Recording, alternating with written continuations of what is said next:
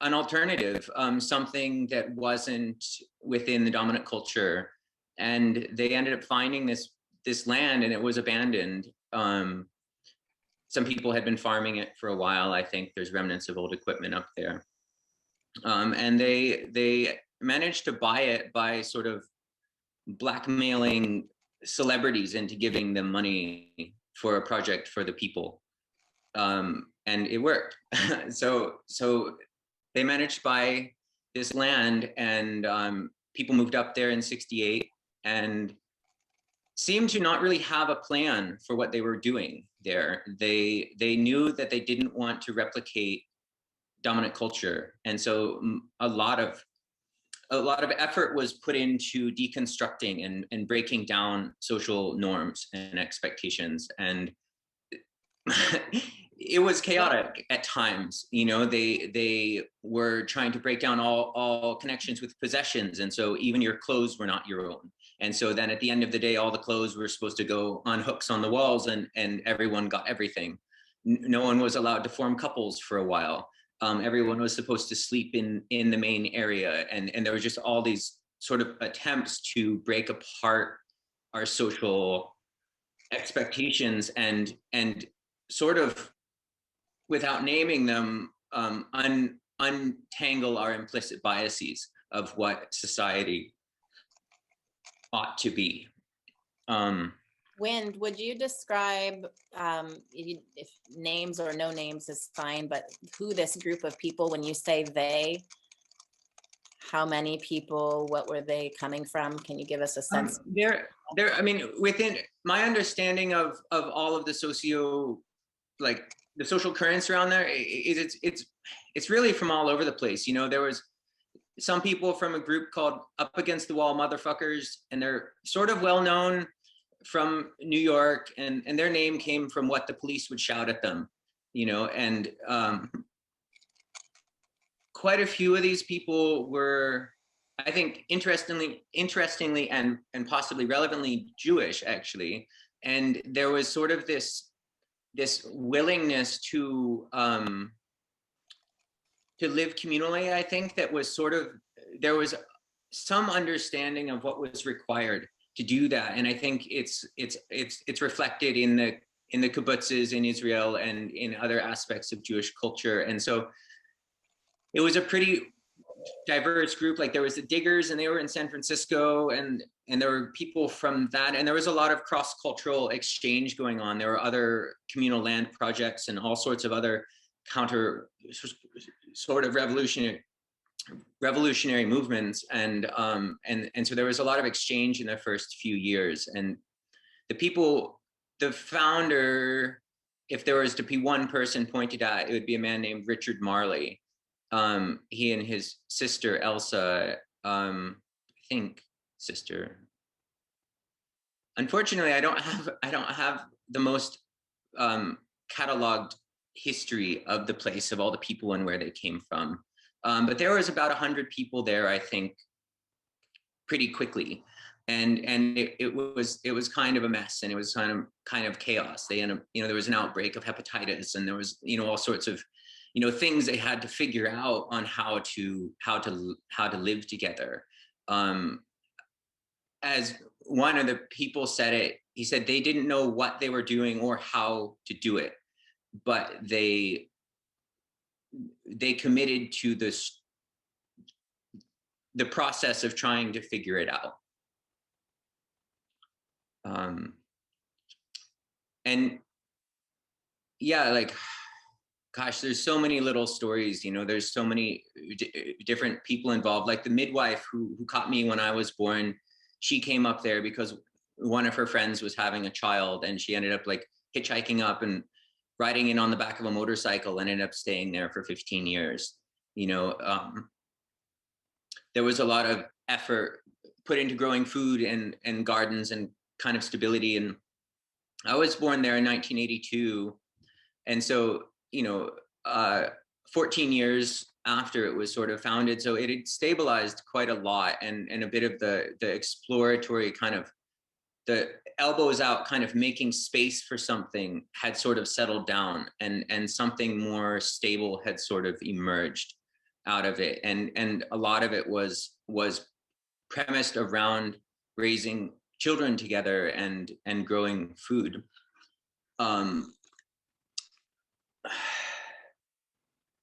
There was, yeah, it was something to grow up amidst.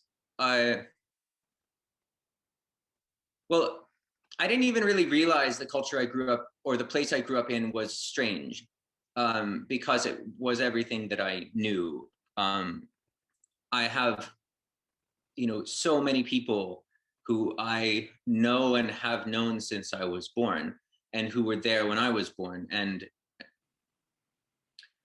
yeah, it's strange to think that a lot of people don't have that. How many people, Wind? Can you, I just want more of a picture, like how many houses were on the property? How many families were there when you were born? I think there was about 30 people there when I was born. The numbers fluctuated a lot. There's one main big house that belonged to the mine owner, John Daggett, and that house is still standing.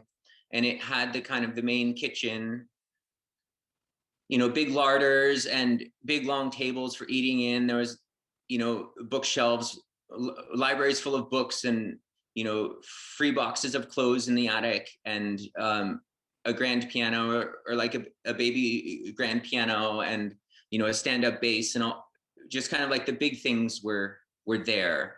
There was a medicine room that, as a child, we weren't really allowed to go into, but it was just a lot of herbs and, all the medical sort of supplies. There was a Pelton wheel for electricity when I was there. There's hot water coils in the cook stove. So, there was an outside shower that had no walls on it. It was just out in front of the building. There was an outhouse that had like 6 holes in it, all facing each other. A big like round gazebo kind of outhouse, like overlooking the garden, with big old apple trees, and a barn. We had a lot of goats. And so there was a lot of goats there, and, baby goats were always an enjoyable thing as a child, but we would also, we would butcher them also for meat sometimes, and so by the time I was there, it was quite, there wasn't really a central ideology that underpinned it from the beginning. It wasn't based on anyone's really ideas, and there wasn't really a leader. Like, some of the ideology was based on Murray Bookchin's kind of philosophy of, I think, what does he call it, environmental ecology or environmental philosophy or something. Yeah, I don't know, there's so many sides to talk about.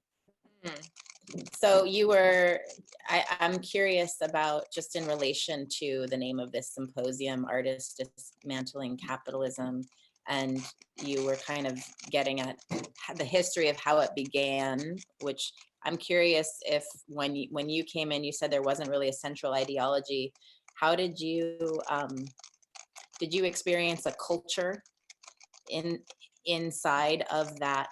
Was it like a micro culture, and was there a point where you realized things were different outside of there, or was there any kind of tension inside of the experience of people feeling pulled back into dominant culture ways? Sure, yeah. Thanks. Yeah, so when I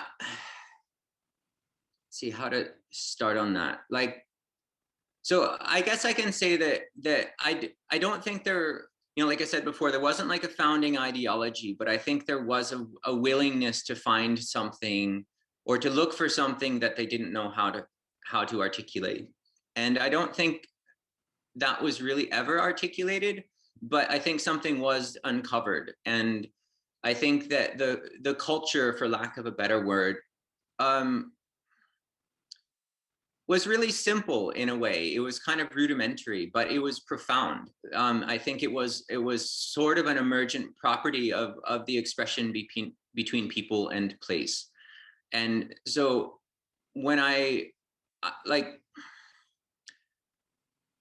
don't know, there was such a connection that we sort of had to the place, because it was where our life was centered, and the seasons were really kind of important, and they dictated much of what we did. You know, like when I was born,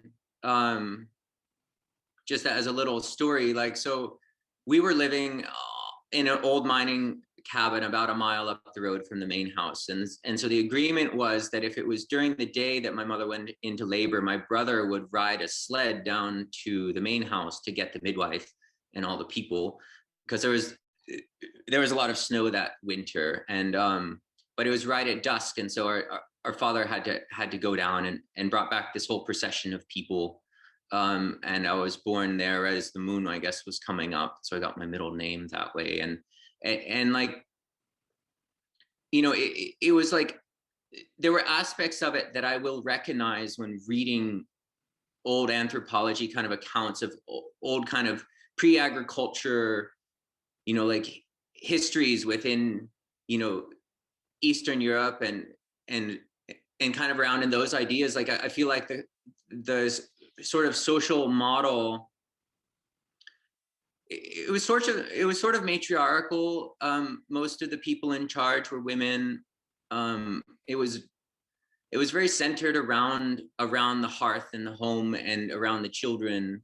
Growing up there, it felt profoundly safe, and to have a lot of people, I guess I would sort of call it like a poly-parenting thing. Like there were different experiments in the beginning of like non-attached parenting, or like where the parents weren't really the parents of the children sort of belonged to everybody. And that didn't work terribly well. There were some kids that came out of that didn't think they had a good experience, you know, but by the time I was born there, things were working pretty good, and it felt like there was just a nicely woven basket that we all sort of thrived in, and that culture I never heard it articulated, you know, of like, what is this that we do, you know, like as I was living there, it just sort of existed, and it was like a continuation and an evolution of the relationship between the people and the place. And that persisted like through the 80s, like late 80s kind of. I think some of the families started moving away because their children, some of them wanted to go to school, and I know there was more social pressure to kind of comply with capitalism and to educate our children, you know, like, or the children in ways that made them effective citizens kind of within the society. And I sort of feel like the culture that was establishing at Black Bear was sort of pulling in a different direction, which wasn't really congruent with modernity. And yeah, go ahead. There's a question from Shannon, wondering if any of the Jewish traditions carried on in the community, or any adaptations of them, if there's anything you notice there. Yeah, I mean, I'm not Jewish. I don't have the best comprehensive understanding of what makes something Jewish or not. You know, my understanding is that there's some like Talmudic histories in kind of some of the more mystical traditions, but even in mainstream Judaism, about wrestling with God and wrestling with the truths, sort of. And I feel like that was a really important part to the establishment of a structure, like being willing to engage in an emergent process that didn't have a clear ending, and there wasn't like a fixed place. There wasn't a heaven we were trying to get to, that the process itself was known to be a challenge and expected to be a challenge, but that was good. And I would say that persists to some extent. I don't know, but there wasn't like religious ceremony or anything. Like we would have sweat lodges that were kind of our own invention, like I think people have been doing sweat lodges all over the world for probably ever. And it wasn't based on any tradition. We didn't sing songs from anywhere else. There were a lot of artists there who wrote songs, who came up with things that like articulated our experience. And yeah, so some of the ceremonies, I guess I sort of imagine Black Bear as a really young culture that's sort of still trying to figure out its expression of I don't know a word for it. Or like a way of honoring the relationship between the people in place, I guess. Like I feel like it was in the early stages of that. So I'll come to your question in a minute, Desiree. So I'm wondering about what you were saying about kids growing up and then wanting to leave to go to college, because that seems a very interesting to me. That says they're still very much in the system.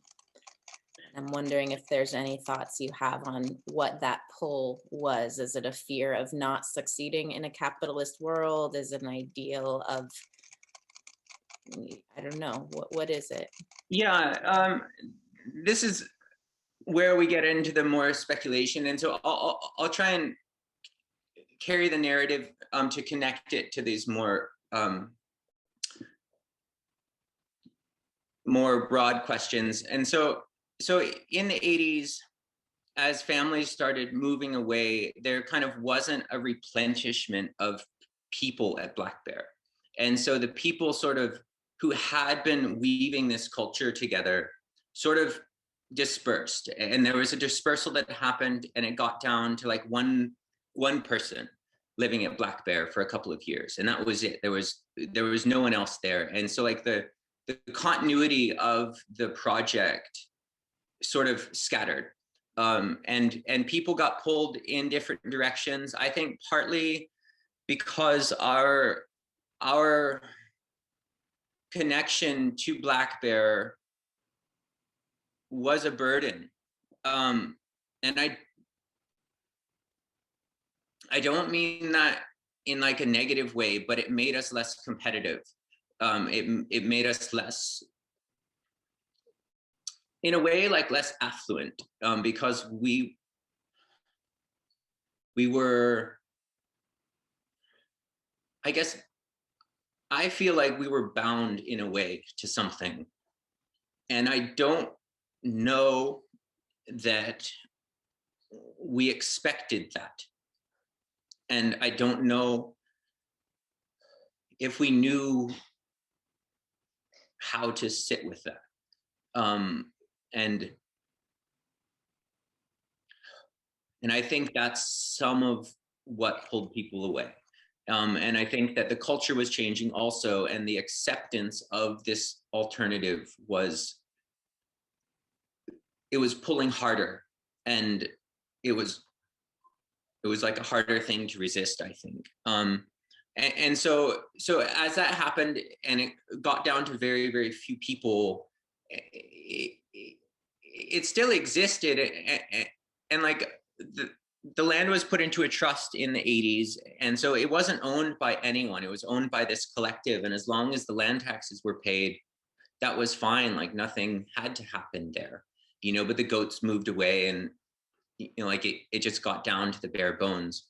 And then real quickly, like, so eventually Jerry Garcia died, and there were a whole bunch of hippies who were like, what are we gonna do? Look, there's an old commune, let's go to this commune. And so all these people showed up, and there was like 35, 40 people there in the 90s. And they tried it for a while, but there wasn't really an effective reweaving of our narrative that in a sense, like the song that we had learned to sing, we'd all taken it away with us when we left. And like there was a part of the rhythm that still existed in the place because it was informed by the place. And so they had a way of interacting with that, but it wasn't really congruent with what we had been doing. And it was like sort of the same thing, but not really identifiable. And it was a challenge for the community, I think, where we didn't really know how to integrate and how to make sense of that. And that period kind of came to a close, and I got back down to very few people, and there were different groups that came through, some that kind of tried to take control of it, and some that just trashed the place, and some that, you know, tried to fix it back up, or, you know, tried to do some, you know, one project or another, you know, build bunkers for Y2K or something like that. You know, there were all sorts of things that people tried to do.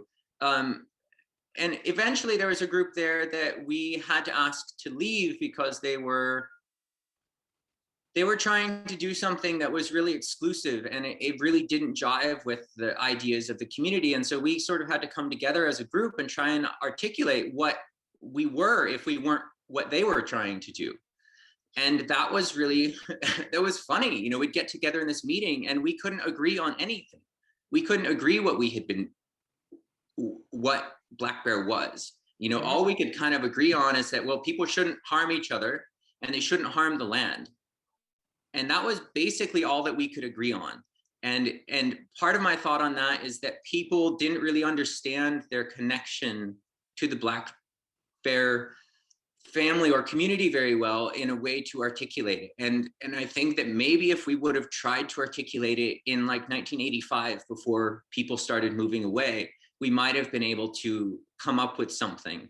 But as we all sort of dispersed with it and took Black Bear away with us, and it wasn't no longer a living entity or like a living lineage of this project in the place, like continuing to be informed by the place in its growth, it sort of, it's kind of calcified in a way in people's minds. And I think some people like have an idea of what Black Bear was supposed to be, and maybe they had an idea before they got to Black Bear, and that idea, they held on to it. They went to Black Bear. It wasn't that. They didn't get along with people and they left, but they still thought that that's what Black Bear was. It was still the idea that had taken them there, even though it wasn't ever acted on, kind of it. And so now within the greater community, there's, you know, hundreds of people, and I would say there are hundreds of versions of what Black Bear is and what it's supposed to be. And none of them, besides the people who are living at the ranch right now, are actually doing what Black Bear is, in a sense, you know? Great. Could you pause there? So I'm going to integrate some of the questions people have. So first of all, there's an appreciation for the metaphor of community identity as a song, which is neat. And the question about you in terms of, so you're talking about people leaving and coming back, and sometimes you're speaking in past tense. So there's some desire to understand in the context of all of this, where you are, if you're living there, or if you left at a certain point and came back. And then also you just said the broader community. So if you could give us contextually an understanding of that. And then I have another question. Yeah, so my family moved away in 89, I think. So I was 8 years old, basically. And I haven't lived back there since. I go back a few times a year for various amounts of time, and I'm quite connected to the project, I guess, in different ways. And I can go into that farther, but I live in an adjoining community about 40 miles away from Black Bear now. You did move to New York City? No, I didn't. Stayed rural and close. Yeah, I live off the grid on a piece of property in a little dinky little cabin that I built. and think about community and what it is a lot. Sorry, there was another question you had. So there was a question that's getting into sort of I hear it kind of as maybe the ethics inside of the community, asking, can you talk about the attitude towards work and labor to sustain the community? So outside of capitalism, working for money, what was that? Yeah. So when I was born there was a tree planting co-op that had been established. It was called the Ents, as in from the Lord of the Rings, and they were just a real motley crew of people. A lot of them left-handed, oddly, but they organized into kind of a co-op and were taking contracts with the Forest Service and various other people to plant trees, and so that was quite a bit of the income that came in. I think that Black Bear was founded and kind of thrived through a time when there was kind of more excess spilling out from dominant culture, and so it was sort of easier to glean and easier to kind of gather resources in a way, and so that was part of its success through the 60s and 70s, I would say, and into the 80s. We grew a lot of garlic there and sold garlic braids, and people made bowls on an old lathe, so there were craft things that were happening, but people always had to leave in order to make money. But for the most part, all the money that was made went back into the communal fund, and all the food was bought cooperatively and shared cooperatively that way. And there was a lot of effort put into taking care of people's needs and who didn't have money. If someone needed dental work or whatever might come up, of like how to make that supportive and how to make that work. And it was all within capitalism, and so that it had to sort of go out and seek money in order to access resources that way. That's really interesting to hear that piece, that it's like it was never able to completely separate from capitalism. Sorry, that's my puppy in the background. And so then something I think about often in terms of accessibility of intentional communities, and when we look at racial equity and class, it's more often than not they're white communities, and generally speaking to me they appear to be more affluent people coming from affluent places.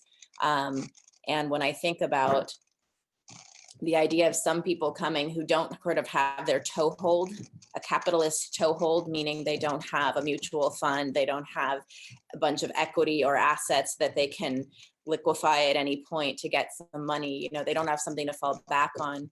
And how do we create equity inside of intentional communities if some people are coming with this like cash, this extra, and some people are coming without that extra? And if the community goes away, if something happens, how are those people who are showing up with nothing extra except their sweat equity, as we say? How are they cared for? I mean, there were things too, like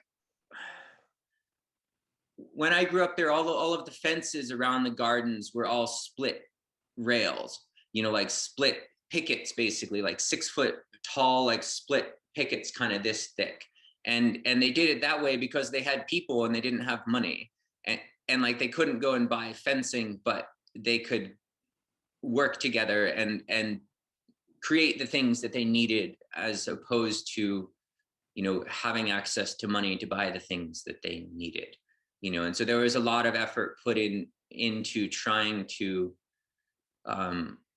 make do with what they had access to. There was a big mechanic shop, and they had a bunch of, like built their own snow plow on a big old truck they had, and they, you know, there were all sorts of things that they were doing with a lot of skilled people. And I think something that some people talk about now is that people, a lot of, say, people in their teens and 20s don't have skills to support them living off the grid out in the middle of the mountains. But it seemed that a lot of people at Black Bear had some foundational, like, practical skills that made some of that more accessible. There was a question earlier that fits into this from, where is it? It's about the crafts. What kind of crafts, what the artists that were living there, you know, beyond making music. And I think it goes into functional aspects as well. What were people doing? And if you would, if you're willing, if it feels right, if you would speak about also what you do, the things you've learned, because I am always excited when I talk to you and learn about the various skills that you have. Just curious what your life has been like as an adult.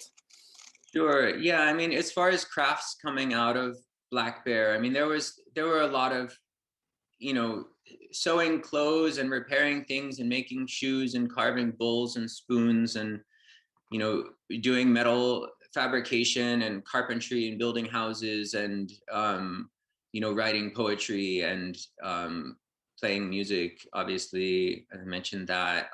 There was theater, there was, you know, different types of performance. There was, you know, painters and sculptors, and, you know, there was a pottery wheel. There was, you know, all sorts of ways that people were pursuing their kind of creativity. I guess for myself, like my trajectory, when we left Black Bear, I spent 1 year in public school in 3rd grade. And I went on to spend half a year in 4th grade, and then I dropped out. I never had any real formal education after that. I started working when I was like 16.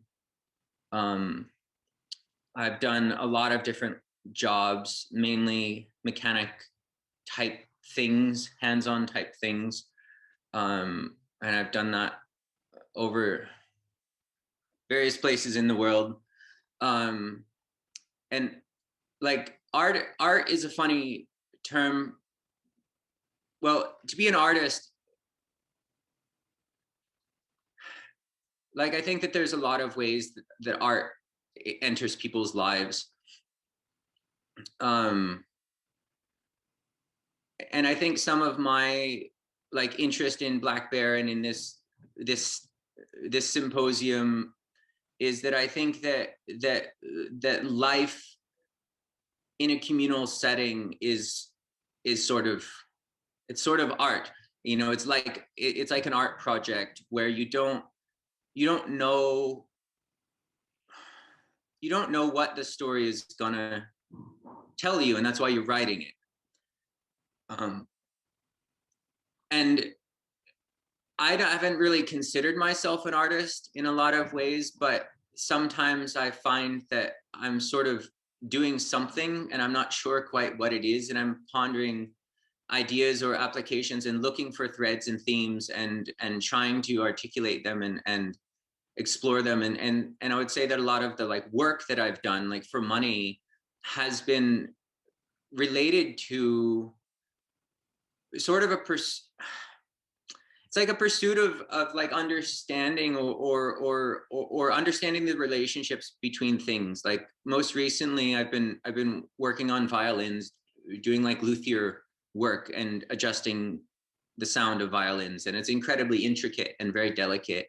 But it's very much about the relationship between things and understanding the systems and how they talk with each other.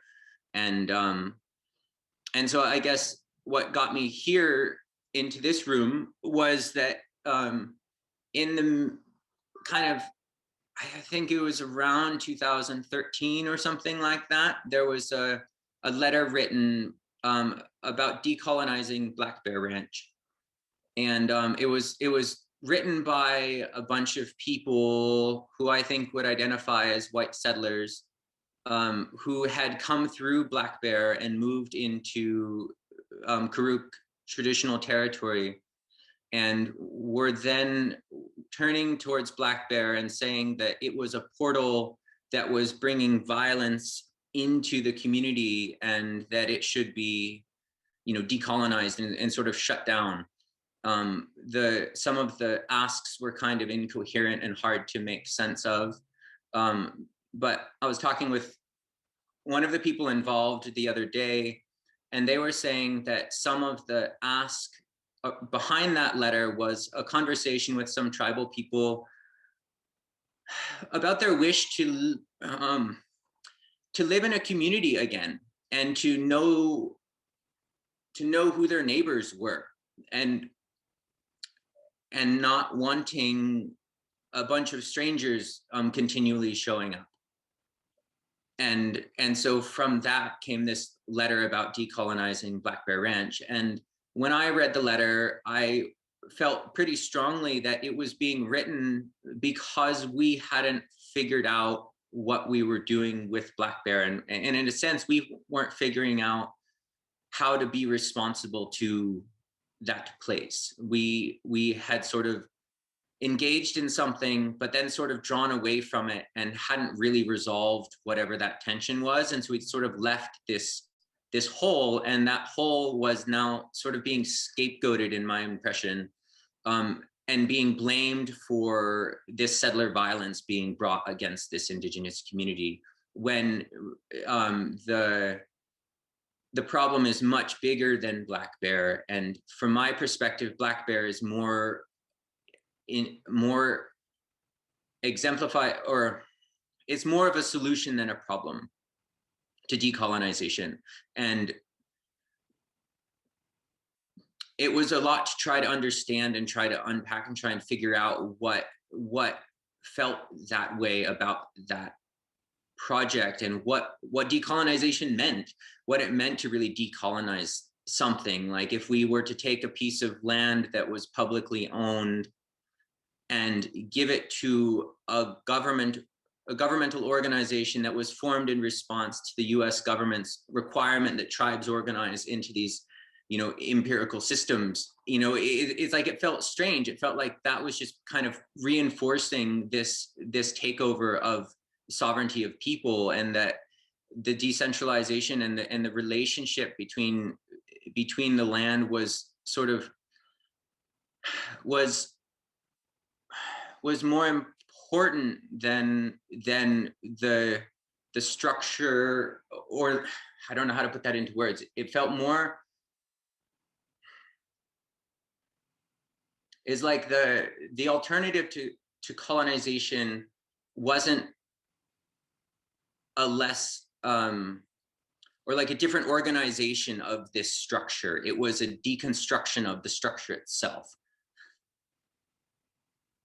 Yeah, and so I guess that sort of brought the question up to my mind. And so then, continuing through that letter until now, I've been sort of trying to understand how these relationships between my community of Black Bear and the land and the larger community sort of all fit together in something that looks like decolonization.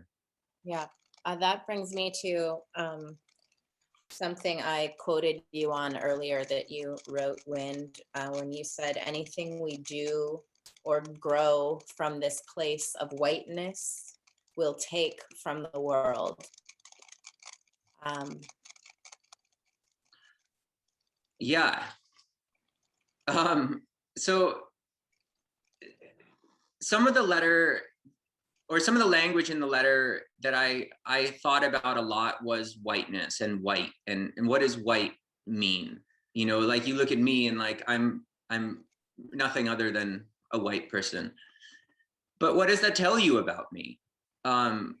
It's like, what does it mean to be white?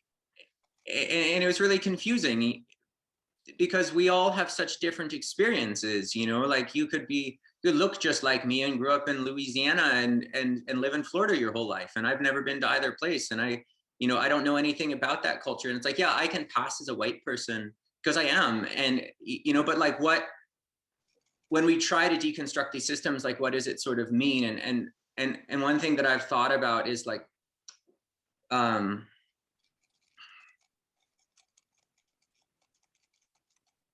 to find language for this.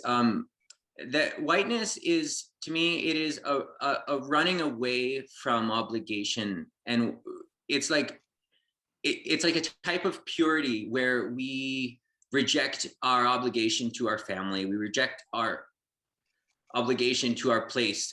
We are able to pick up and move and pursue a better job or a better career. We are like free to kind of take from the world without end, because the world is ours, and it's like our destiny to like have everything that we want. And that sort of freedom and that willingness to consume without end, I think, relates to whiteness. And it's like it's also related to purity, I think, and purity as like a rejection of grief and shadow and limits. And so it's almost like a life that rejects limitations. And you can see the pervasiveness of that within the language in the United States, of how we continually tell each other that we deserve a life without limits, like we deserve everything. And it's like, if we take more than we can like pay for in our relationship, then we're passing that debt onto the future generations. And that seems like an immoral notion, but it's so pervasive within capitalism and the United States of America. Yeah. Yeah. So this, I'm going to tie that to what I said earlier about when we talked about a certain privilege or one of the perks. Like whiteness also allows people to leave, which is, you know, it's all tied in. Whiteness is a construct essentially of capitalism to justify slavery, that, you know, it's just built upon all of that. So they're definitely interwoven. So if we have this capitalist culture, this white culture of moving and leaving and not being obligated to stay in our place and tend to it, and that's actually what allowed, and forgive me, I won't speak it perfectly, but that's what allowed your family to move to Black Bear, right? To be a part of this. And then what I said is that it's also what allowed them and others to leave. And so I'm curious about what makes something like this work, or when do people decide it's not working? And is it true that it's not working, or is it our capitalist white culture entrainment that allows us to not see how we can possibly stay and to give into our privilege to leave? Totally. And I would hazard a guess that say that whiteness is what allowed the Back to the Land movement to exist, because it allowed people to be without place and to pick up and pursue a better life elsewhere with kind of no obligation to their ancestors or to the graves of their forefathers or whomever they might be, or even, you know, an obligation to like take care of their parents or something like that. It allowed these people to pick up and move all the way across the country to pursue a better life. And that's an interesting thing to me, because it's sort of paradoxical in the conversation around privilege, because it was sort of a downwardly mobile move.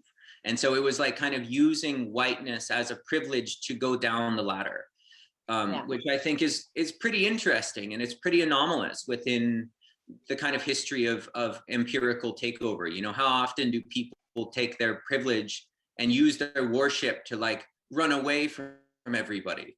You know, like they have this amazing gunship full of cannons and they're like, now we can escape, you know, and they run away and like crash themselves on an island and like start living off fish or something.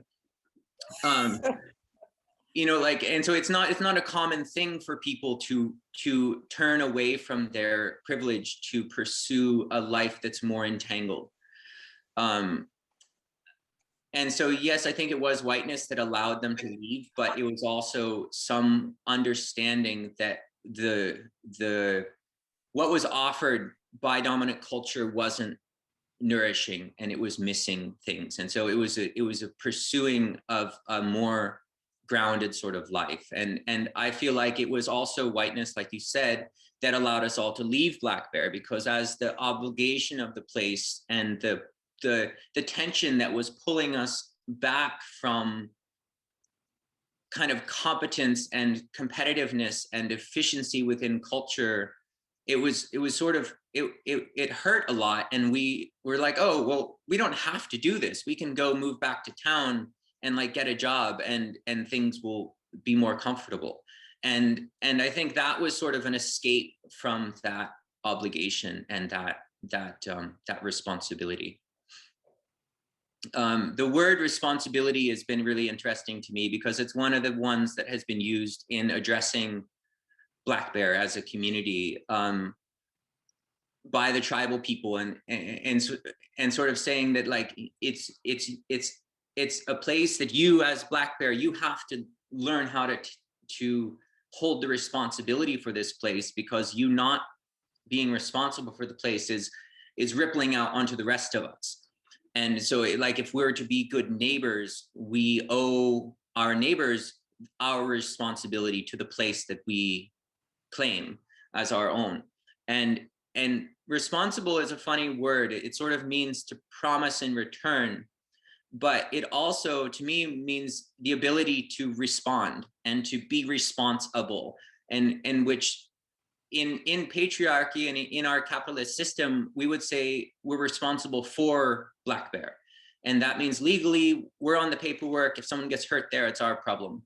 But to me, there's a bigger ask of this word, which is, what does it mean to be responsible to a place? What does it mean to obligate ourselves to stay in communication and in permeable relationship with a place, and that contains grief and pulls us backwards, and to stay with that as some form of it's like it's an exploration. It's a dance with belonging that we want to be bound by, but it's hard and it's challenging, and it makes us less good capitalists, because it obligates us beyond pursuit of money and creation of capital, and it doesn't give us anything quantifiable in return. But it does sort of give us belonging, which is a funny thing, because belonging doesn't mean to be released from longing. It actually it sort of means to be beset, or to be set upon by longing, and it's it almost, belonging to a place is interior of longing, but that longing is like, in a sense, it's like a void. It's like there's a void that we all notice and feel, and capitalism tells us that we can fill that with consumerism, we can fill that with success, we can fill that with productivity, with hard work, but like the Buddhists talk about the hungry ghosts, and they've talked about these for thousands of years, which predates capitalism by a long shot. And so maybe that void is not the result of capitalism, but it's maybe more the parent of capitalism.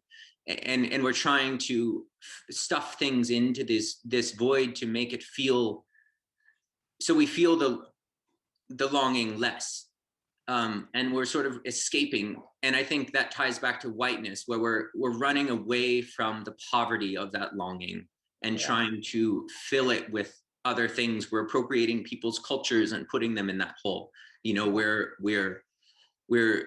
clear cutting forests and putting the money in that hole. Like, we're trying to fill it, but maybe the obligation is actually to embrace that longing and to hurt towards it and to turn into it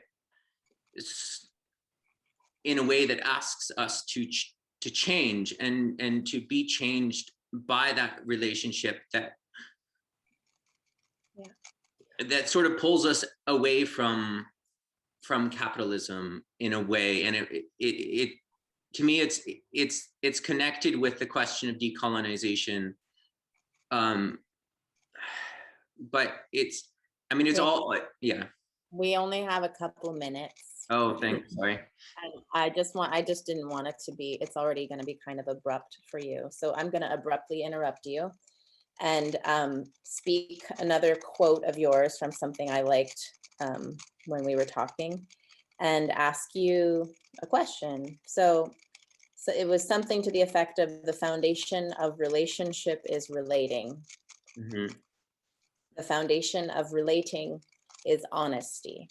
Mm-hmm. The foundation of honesty is knowing one's own heart. So I'm just going to invite you to speak from your own heart in these last couple minutes and let us know what is it you want to leave us with about the gift of Black Bear and the continuing evolution of that gift. I think that it is that we don't know what the revolution looks like. You know, we don't know where we're going, but I think we can know how we will get there. And it's by taking one step at a time from a really responsible truth place within ourselves.